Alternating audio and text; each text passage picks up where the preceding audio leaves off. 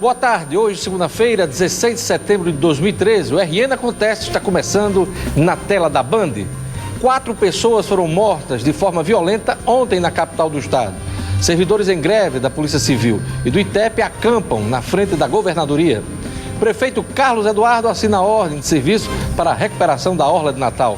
Contribuintes do Simples Nacional poderão receber alerta da Receita. Mineração do Rio Grande do Norte ainda registra situações de trabalho com risco à vida. O juiz Luciano Ataíde, do Tribunal Regional do Trabalho, é o entrevistado desta segunda-feira. Ele vai falar sobre o dano moral no trabalho. Agora, no RN Acontece.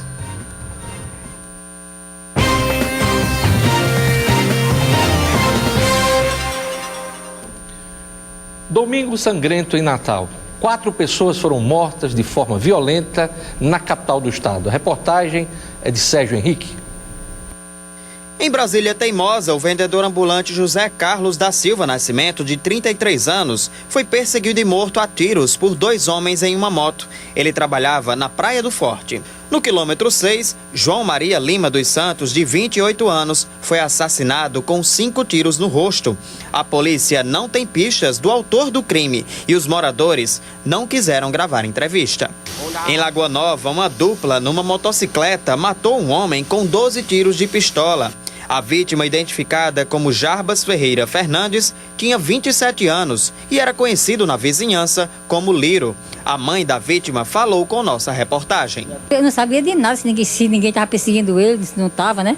Não sei de nada, né?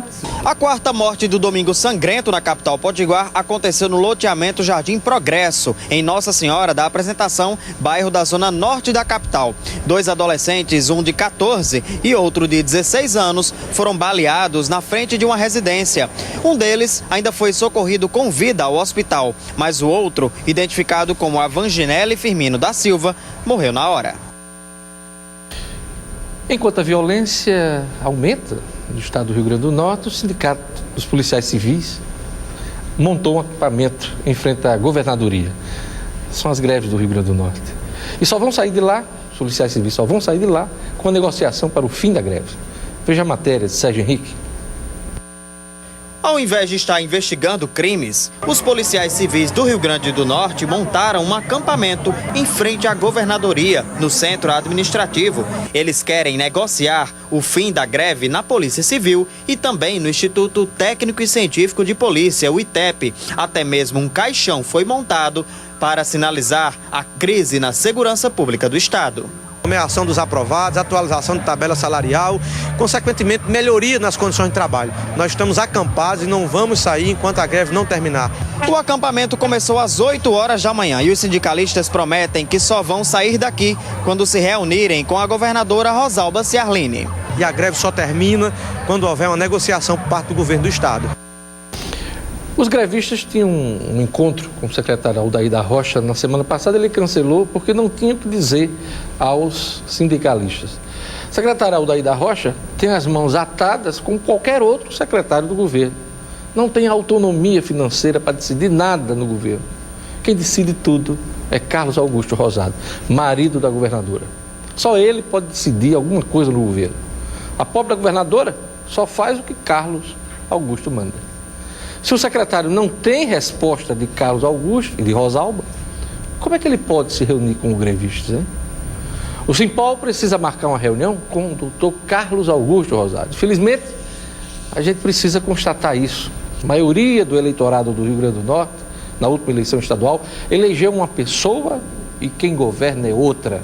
Enquanto isso, a população fica sem segurança pública. Não tem agente da Polícia Civil para registrar sequer um BO. É o Rio Greve do Norte. Brasil espionado.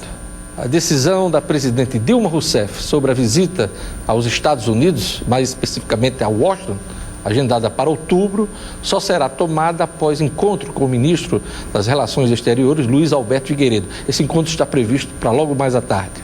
A informação foi divulgada pelo blog do Planalto, que citou o porta-voz da Presidência da República, Thomas Traumann, como fonte. Segundo a assessoria de imprensa do Palácio do Planalto, o encontro entre Figueiredo e Dilma está previsto para ocorrer hoje à tarde, como eu já falei. O chanceler brasileiro passou a semana passada em reuniões com autoridades norte-americanas. Dilma foi convidada para visitar Washington pelo presidente Barack Obama, mas o vazamento das informações sobre espionagem dos norte-americanos a Dilma e a Petrobras azedou a relação entre os dois presidentes. Eu acho que a Dilma vai. Há muita coisa em jogo nas relações do Brasil com os Estados Unidos, principalmente no campo econômico. Os médicos estrangeiros do programa Mais Médicos chegaram ontem aos estados onde vão atuar, incluindo o Rio Grande do Norte. A meta é que até o fim do mês eles comecem a atender os estados do Maranhão, Alagoas, Piauí, Espírito Santo, Paraná, Santa Catarina, Acre, Tocantins, Pará, Paraíba, Amazonas e Amapá também vão receber os profissionais da saúde. Olha, a gente está precisando de um programa Mais Médicos para os planos de saúde, você acredita? Está precisando. Os médicos não querem mais atender nos planos de saúde. Consulta, nem pensar. O consumidor paga o plano de saúde e ainda tem de morrer na consulta, entre 250 e 300 reais nos consultórios. Precisamos de um programa Mais Médicos nos planos de saúde. Fica a dica para o governo e para as empresas de plano de saúde. Vamos aos destaques das revistas semanais do Brasil nesta segunda-feira. A Veja diz aqui, na sua capa, a expectativa da semana em torno do julgamento do Mensalão: eis o homem. Ele condenou os réus do Mensalão, mas agora tem de decidir entre a técnica e a impunidade. Como pode lavar as mãos como Pilatos, mas corre o risco de ser crucificado? Diz aqui a Veja que ele não pode lavar as mãos como Pilatos, mas corre o risco de ser crucificado. A capa de Época traz aqui especial imóveis, os novos bairros mais cobiçados do Brasil, onde estão os lançamentos imobiliários mais desejados nas principais capitais, as áreas com maior potencial de valorização nos próximos anos, é o que diz Época. A Isto É diz aqui: será que eles vão escapar? Também uma referência ao Mensalão: José Disseu, José Genuíno, João Paulo Cunha, Delírio Soares, Marco Valério, mais 7 mensaleiros estão na expectativa da decisão do ministro Celso de Mello. A Carta Capital diz aqui na sua manchete principal, também uma referência ao assunto da semana, do final de semana: Mensalão sob pressão. A manobra dos inventores da opinião pública adia a decisão sobre os recursos dos condenados. A palavra final cabe agora a Celso de Mello, diz aqui a Carta Capital.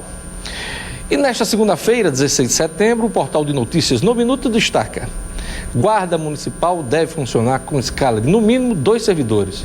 Decisão deve ser cumprida imediatamente sob pena de incidência de multa por descumprimento de determinação judicial.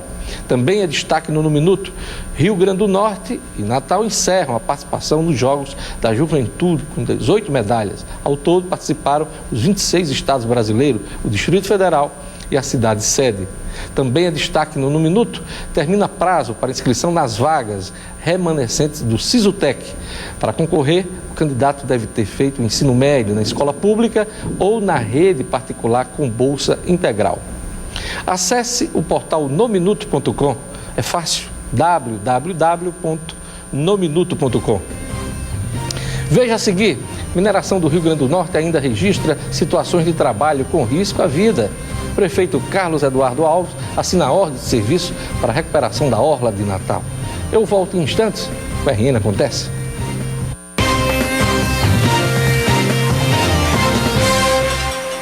A Receita Federal liberou hoje, nos bancos, o pagamento do 4º lote de restituições do Imposto de Renda 2013.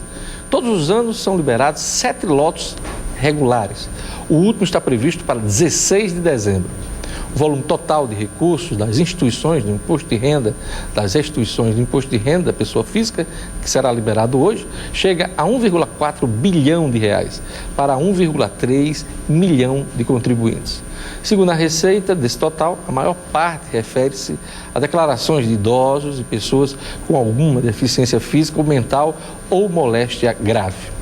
Além do lote de 2013, foram liberados lotes de anos anteriores, que caíram na malha fina a partir de 2008. Os contribuintes incluídos no Simples Nacional poderão receber a partir de hoje um alerta ao acessar o portal do sistema na internet. A nova estratégia da Receita destina-se a informar sobre as irregularidades nas informações, faz parte do programa Alerta Simples Nacional e permite a autorregularização com a correção de erros e inconsistências. Na primeira fase, serão emitidos 29 mil alertas sobre as irregularidades. Os avisos serão vistos até o final de outubro e, a partir de dezembro, a Receita Federal começa a fiscalização dos que não fizeram as correções. Por isso, cuidado, hein? O leão está cada vez mais conectado. Esse alerta deve ser entendido como um rugido do leão. E o tamanho do rugido depende do tamanho do erro ou da inconsistência, se não for sanada. Portanto, cuidado com o leão. Mesmo com a mecanização dos garimpos por todo o Brasil, a mineração ainda registra situações de trabalho com risco de vida. No Rio Grande do Norte, garimpeiros sem vínculo empregatício chegam a trabalhar para vender toneladas de minério a R$ 2,00. A reportagem é de Rayane Guedes. Pelo buraco de cerca de 1 metro quadrado, os garimpeiros retiram manualmente os minérios da Serra da Borborema, no município de Equador, interior potiguar. Além das luvas e dos calçados inadequados, todo o trabalho acontece sem qualquer equipamento de segurança. A segurança aqui que eu falei, foi esses bonecos que pedir a Deus. Passar e a graça quando chegar, né? Os riscos do garimpo manual começam no acesso à mina. Os garimpeiros descem em uma estrutura como aquela, montada com galhos secos. Em uma corda simples, eles chegam a uma profundidade de até 15 metros. Este auditor fiscal do trabalho atua na área há mais de 10 anos e conta que os túneis são abertos aleatoriamente, oferecendo risco ao trabalhador. E aquilo, durante tantos anos de atividade, foram virando várias galerias e acontecia, às vezes, da galeria cair e soterrar trabalhadores. Nos últimos anos, 5 homens já morreram soterrados com desabamentos. Os casos estão na mira do Ministério Público do Trabalho, que ajuizou ação contra as empresas que compram o material do garimpo manual e contra os proprietários das minas, por entender que há vínculo empregatício. Alguns acidentes têm acontecido, morreram certos trabalhadores foram levantados através de perícia do Ministério do Trabalho. Na hora que acontece a seca na cidade e lá existe o caulim a ser explorado, a ser buscado, os trabalhadores irão tirar de forma manual e continuar esse risco de vida desses trabalhadores. Uma cooperativa de garimpeiros tenta, com o auxílio do Sebrae, regularizar a atividade. Não tem cabimento de viver numa situação dessa, ganhando menos de R$ 2,00 por uma tonelada, cada garimpeiro dessa. Um dia de trabalho na mina de Seu Adão, por exemplo, rende cerca de 10 toneladas de um minério chamado caulim. O lucro final fica em menos de R$ 2,00 por tonelada para cada um dos 4 garimpeiros. Compra por 115, 120 e o material aumento que a gente tira ali em cima é R$ 130. Aí tem que dividir para 4 pessoas. Apesar das dificuldades, ele explica que precisa correr o risco. É uma questão de sobrevivência. Não tem outra coisa, né, para mandar a pessoa misturar. Veja você como ainda existe gente que corre risco de morte numa atividade laboral. Daqui a pouco, na minha entrevista com o juiz Luciano Ataída, a gente vai comentar as condições de trabalho destes mineiros aqui no Rio Grande do Norte. O prefeito de Natal, Carlos Eduardo Alves, assina nesta segunda-feira a ordem de serviço para a execução das obras de urbanização e acessibilidade na orla urbana de Natal. As obras serão realizadas entre as praias do Meio e do Forte. O projeto vai contemplar cerca de 7 quilômetros de orla, terá como principal diretriz a urbanização, serviços de iluminação e eliminação de barreiras arquitetônicas, ordenamento do uso do solo, requalificação da orla urbana e consolidação do corredor turístico. As obras estão orçadas em 14 milhões de reais com recursos do Ministério do Turismo. Olha, o prefeito de Natal, Carlos Eduardo Alves, foi picado pela mosca azul. Não se trata de uma mosca qualquer, como a mosca do sono, a varejeira ou a da sopa, mas sim a mosca do poder. É a mosca azul. Carlos Eduardo cogita disputar o governo do estado nas eleições do próximo ano. Isto é fato. Quem diz isso não sou eu, são as pessoas próximas ao prefeito, dentro e fora da prefeitura de Natal. Há cerca de 15 dias, o pai do prefeito, Agnello Alves, reuniu familiares para um almoço de domingo, entre os quais estavam presentes o ministro Garibaldi Filho, Bira Rocha, que é casado com uma das irmãs de doutora Aloysio Alves e de Agnello, os filhos, as esposas e, claro, Carlos Eduardo Alves. Durante o almoço não se falou de outra coisa, a possibilidade de candidatura de Carlos Eduardo ao governo. O prefeito de Parnamirim, Maurício Marques, o único convidado fora do núcleo familiar dos Alves, foi indagado a certa altura do almoço pelo ministro Garibaldi. Ô Maurício, o que é que você acha do nome de Carlos Eduardo para o governo? Perguntou Garibaldi. Maurício Marques deve ter respondido alguma coisa do tipo: se o PDT apresentar a candidatura, eu vou estar com o meu partido.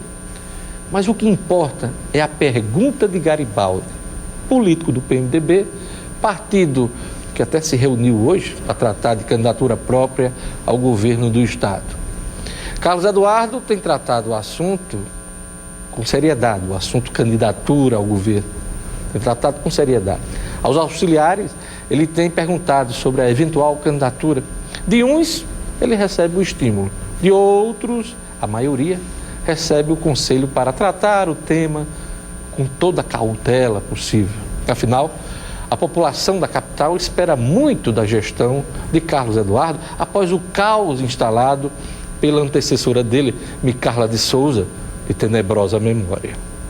O prefeito de Natal tem dito que pretende concluir o mandato conquistado na última eleição municipal, mas na última entrevista que concedeu a mim, aqui no RN Acontece, ele deixou escapar preferencialmente, ele deseja ficar na prefeitura de Natal e ser candidato à reeleição em 2016, preferencialmente. A meu ver, Carlos Eduardo é candidato ao governo e trabalha o projeto eleitoral. Quanto ao discurso, ele vai sair com aquela coisa do tipo: se chegar ao governo, eu vou fazer muito mais por Natal. Mas Carlos Eduardo, como todo político experiente, não quer correr risco. Carlos Eduardo só vai deixar de ser candidato a governador se as pesquisas apontarem riscos maiores que as chances de vitória e se Dona Vilma atrapalhar. Por enquanto, segundo minhas fontes, Vilma rejeita a ideia de reassumir a prefeitura de Natal. A dirigente do PSB quer disputar o governo ou a vaga de senador da República. Até as convenções do próximo ano, Carlos Eduardo e Vilma terão muito para conversar. Tem muita coisa para conversar, hein? Com a educação à distância da UNP, você começa o seu curso superior ainda neste ano, sem sair de casa, hein? Você tem aulas pela internet e conta com o apoio de polos presenciais com excelente estrutura. Com a educação à distância, o UNP você tem vantagens. Além de fazer o seu horário, você ainda conta com material didático online gratuito, diploma de conclusão da Universidade Internacional e uma mensalidade que cabe no seu bolso, a partir de R$ 215. E se fizer a inscrição até o dia 21 de setembro, ainda ganha um desconto de 60% na matrícula. Agende logo a sua prova no site unp.br ou utilize a sua nota do Enem. Entre na universidade ainda este ano. A educação à distância Unip espera por você. Saiba mais pelo telefone 3215 1234 em Natal. E em Mossoró no telefone 3323 8200. No próximo bloco, eu vou entrevistar o juiz do trabalho, Luciano Ataíde. A gente vai tratar com ele do dano moral no ambiente de trabalho. Assunto muito atual nos dias de hoje. Eu volto em instantes com a RN Acontece.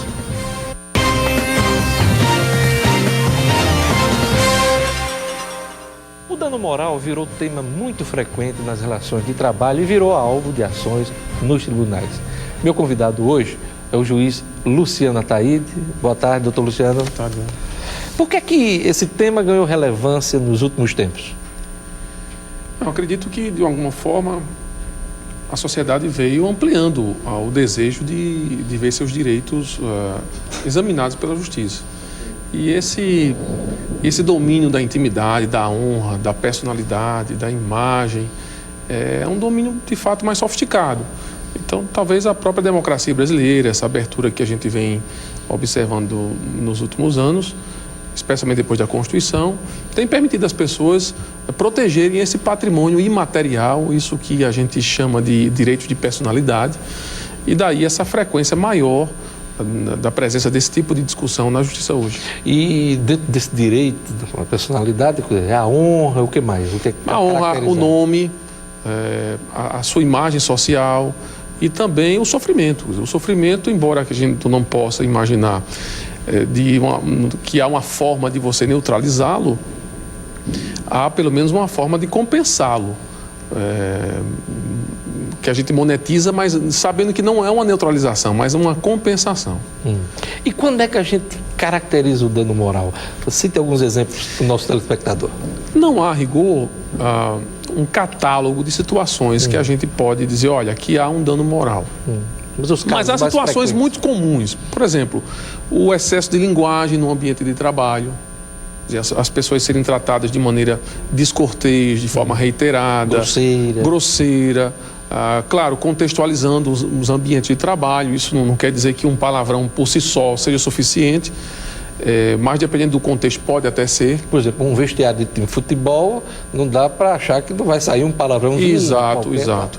Por outro lado, há uma situação também muito comum que é a revista dos empregados, a fiscalização sobre os empregados, há fiscalizações de revista de bolsas, que isso tem que ser feito com uma extrema cautela. Isso constrange qualquer um. Isso constrange qualquer um. A fiscalização eletrônica não pode ser feita em alguns lugares reservados. Imagina que já houve casos na Justiça do Trabalho de indenizações que foram pagas por danos morais porque a empresa instalou câmeras dentro dos banheiros para verificar se o trabalhador ou a trabalhadora estava se aproveitando deste espaço para eventualmente esconder algum produto da fábrica, enfim, mas dentro do banheiro não é possível. Mas é comum hoje a gente encontrar as empresas em todos os ambientes, não o banheiro, né? Que já chega a ser um exagero, mas com câmeras nas salas onde as pessoas trabalham. Isso é permitido? É permitido, desde que haja também limites, né? Por exemplo, pode acontecer que mesmo com toda monitoramento, toda a visualização, olha, você está sendo filmado, uma câmera tem uma capacidade de zoom e de ser manipulada pelo operador a captar imagens indiscretas, constrangedoras de trabalhadores e trabalhadoras. Nessa hipótese, é apenas uma hipótese. Mesmo havendo a fiscalização eletrônica como sendo uma situação possível, há um abuso aí. É comum no ambiente de trabalho alguém chamar o outro pelo apelido, ou o chefe apelidar o funcionário. Isso caracteriza também um dano moral? Pode acontecer, é possível. Temos diversos precedentes nessa direção, que o trabalhador não gostava do apelido, jamais disse para ser chamado daquela forma. Com medo de perder o emprego, não diz? Não diz, mas há casos, inclusive, que eu cheguei a julgar, de hoje interessante, casos em que o trabalhador sofreu com isso. É mesmo? Ele sofreu um abalo psíquico com esse tipo de... É uma espécie de bullying profissional. É exatamente o bullying, né? O bullying é isso, né? É uma perturbação na ordem psíquica do indivíduo, seja na escola, seja no ambiente de trabalho, por práticas reiteradas de ofensas a esse patrimônio moral. Mas não há exageros também nesse tipo de denúncia, de reclamação? Não é denúncia, é reclamação. Pode haver exagero, mas eu tenho dito o seguinte: é natural que num primeiro momento, quando a sociedade se desperta para determinados direitos, que haja um período de acomodação. Quer dizer, é normal que durante um tempo haja um pronunciamento do judiciário favorável e também contrário a algumas postulações. E com o tempo os próprios advogados vão percebendo, não, isso aqui não dá para a gente fazer porque o judiciário não reconhece. Então, assim, eu creio que daqui a algum tempo essa pergunta tem uma solução mais fácil. Olha, temos como construir razoavelmente aí umas situações em que não é possível considerar dano moral.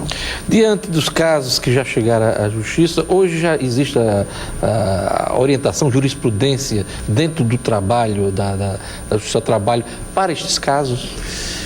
Nós temos diversas situações em que a existência do dano moral é presumida. Por exemplo, um trabalhador sofre um acidente, e esse acidente aconteceu porque a empresa deixou de cumprir determinadas normas de proteção ao trabalho.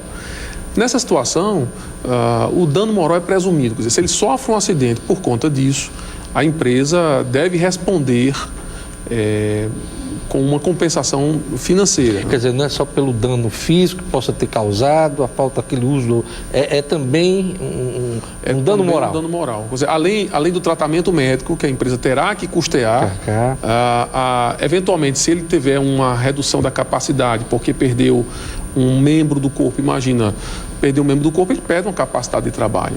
A empresa pode também ser condenada num pensionamento, inclusive vitalício, um pensionamento proporcional à redução da capacidade laborativa, mas também aí ainda há que agregar danos morais. Os empregadores estão preocupados com esse tipo de tema? Ou só quando se deparam com casos nas suas empresas? Não, eu creio que o capital, toda empresa sempre trabalha com uma visão mais larga, né? Pelo menos as empresas de maior porte, eu acho que trabalham com uma visão mais larga. Então eles observam o que está acontecendo. E um dos objetivos da decisão judicial é exercer, um caráter pedagógico. Um disciplinador. Exatamente, é apontar para a sociedade, olha, o caminho a ser seguido é este aqui. E dessa forma imaginamos que essas decisões também têm esse caráter transformador da sociedade. Quer dizer, temos que melhorar as condições de trabalho, a proteção a esse patrimônio imaterial que é a honra, a personalidade, a imagem, a rigidez psicológica. As pessoas têm que manter uma cabeça boa também no trabalho, não pode sofrer estresse, perseguição, enfim. Então tudo isso talvez crie e construa um ambiente de trabalho mais saudável no futuro. Imaginamos que sim. Qual foi o caso mais inusitado? O senhor citou já a questão do banheiro, né? E também da pessoa que sofria, né? Pelo apelido que recebia. Mas qual foi o caso mais inusitado? Caso tenha julgado ou de conhecimento do senhor? Eu acho que um dos casos assim, que mais chama atenção para nós, e pela própria sofisticação que ele envolve, são os danos morais decorrentes de despedidas discriminatórias.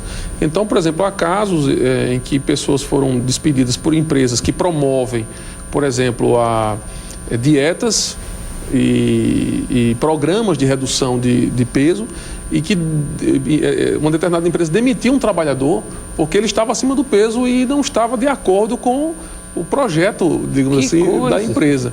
E é evidente que a despedida foi considerada discriminatória e a trabalhadora recebeu uma indenização por danos morais.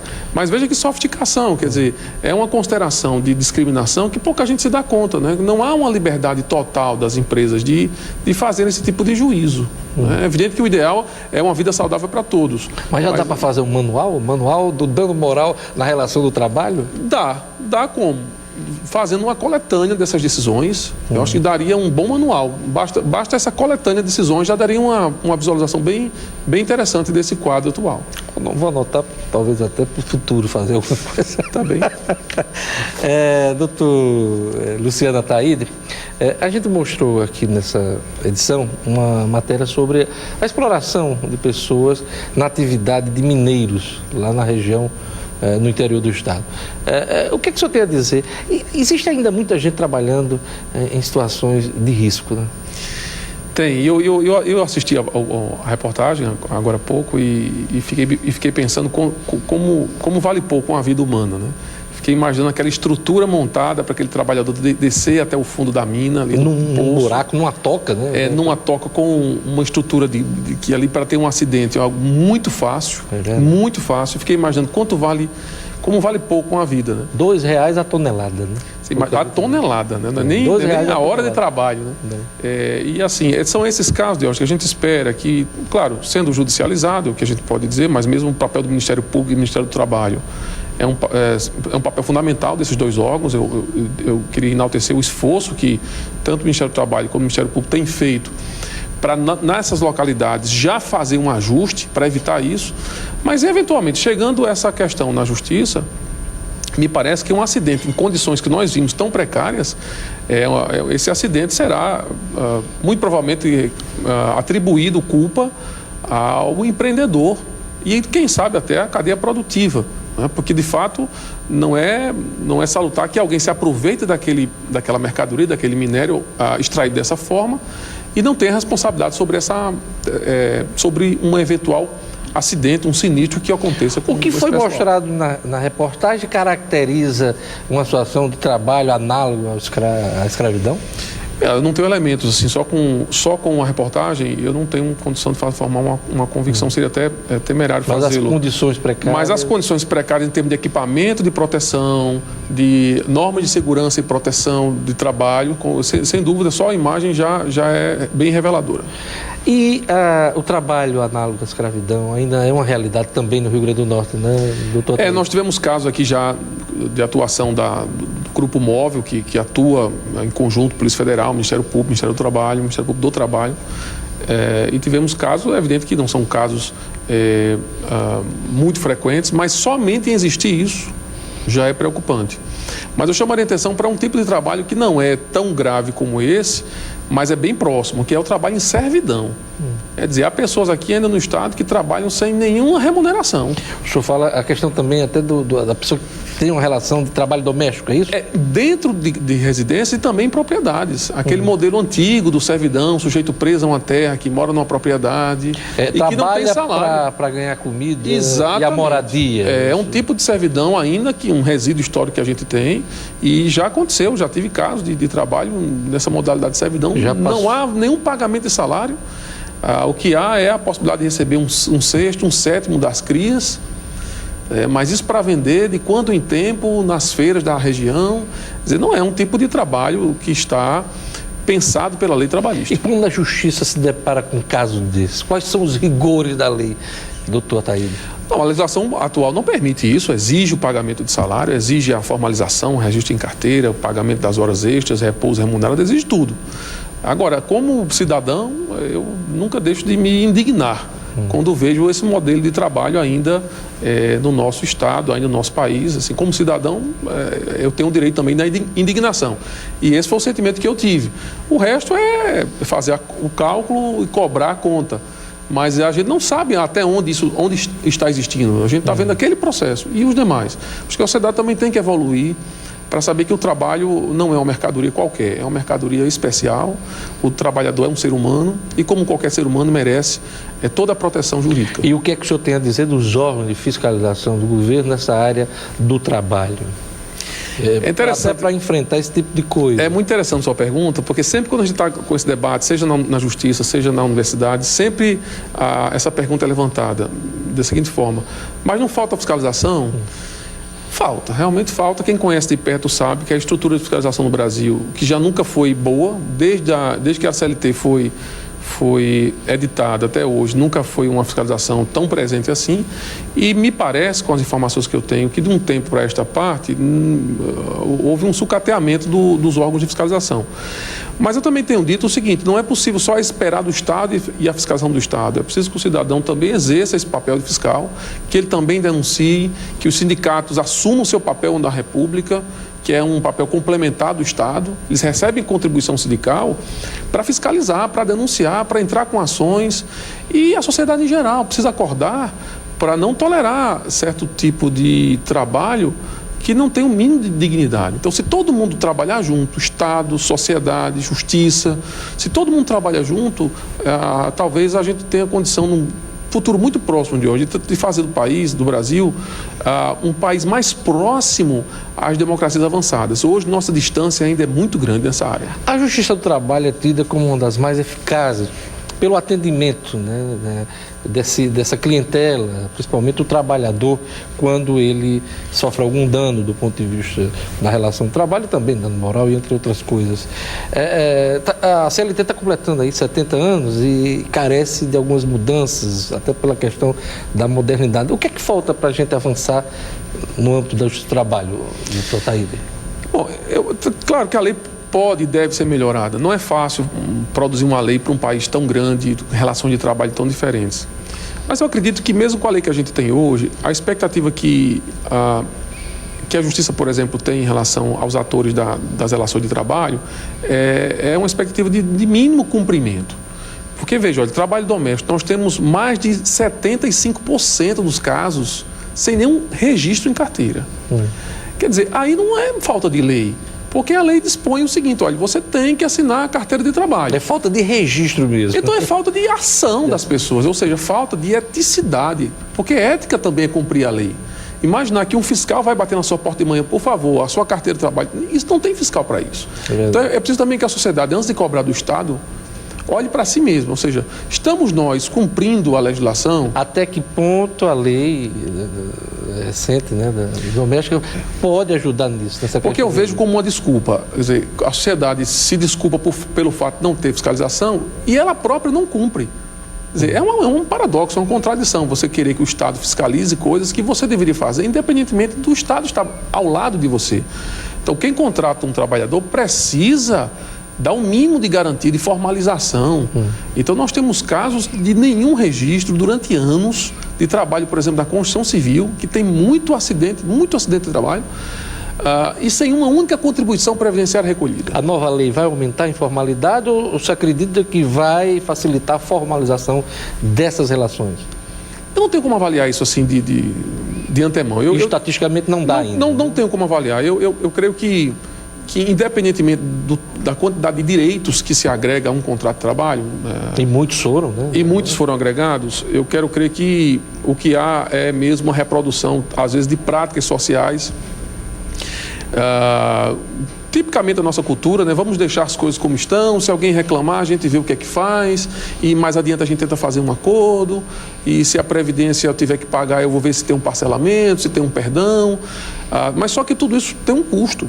A Justiça do Trabalho tem atuado, tem respondido ao que a sociedade espera dela. Eu creio que com a estrutura que tem, ela tem respondido. Mas podia responder melhor se nós não dedicássemos tanto tempo para discutir coisas simples. Que é o que acontece hoje. Nós dedicamos muito tempo em coisas básicas. Isso não deveria acontecer. Fala-se muito em reforma trabalhista, né, ao longo desses anos todos. E até que ponto esse tipo de discussão pode modificar ou descaracterizar a CLT? Não, eu creio que descaracterizar, talvez não, porque o trabalho subordinado, que é o que ela cuida, não vai mudar tão cedo. Mas eu creio que um debate válido, Diógenes, talvez fosse o da simplificação das coisas. Quer dizer, há muitos direitos que poderiam ser, talvez, aglutinados e, portanto, simplificados. Mas isso é uma questão de burocracia mesmo, de gerenciamento de folha de pagamento. Mas é uma questão também financeira, porque os empregadores, de uma maneira geral, reclamam os encargos muito pesados, alguns até maiores até que o salário que se paga ao trabalhador, né? Fala-se muito disso. É verdade, o chamado custo Brasil. É, custo Brasil. Mas a hora de trabalho no Brasil ainda é muito barata. É uma das mais baratas ainda dos países em desenvolvimento. O problema é que a hora no Brasil ainda é 3 ou 4 vezes mais cara do que a hora na China.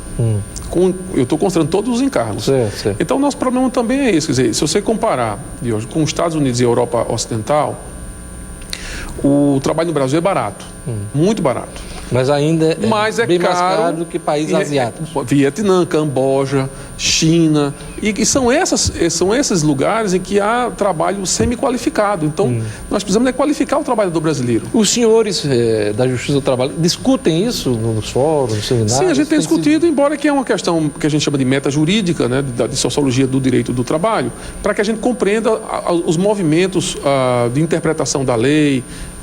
Mas é evidente que essa é uma decisão da nação brasileira através do Congresso Nacional. Não cabe ao Judiciário protagonizar essa agenda. É isso aí. Eu conversei com o juiz do trabalho do Tribunal Regional do Trabalho, 21ª Região, Dr. Luciano Ataíde. Doutor Luciano, muito obrigado por sua presença aqui no nosso programa. Obrigado, Jorge. O Reino Acontece vai ficando por aqui. Assista a reprise do programa logo mais no portal No Minuto. Eu gostaria de mandar um abraço hoje para o Ricardo Lago, um abraço também para o Chico Gregório, administrador da empresa, e um abraço especial para o casal amigo Fred Queiroz e Érica Nese, turma que acompanha nosso noticiário. Obrigado pela audiência. Eu espero você amanhã aqui na Band. Fique agora com Band e Mulher, Priscila Freire. Até amanhã.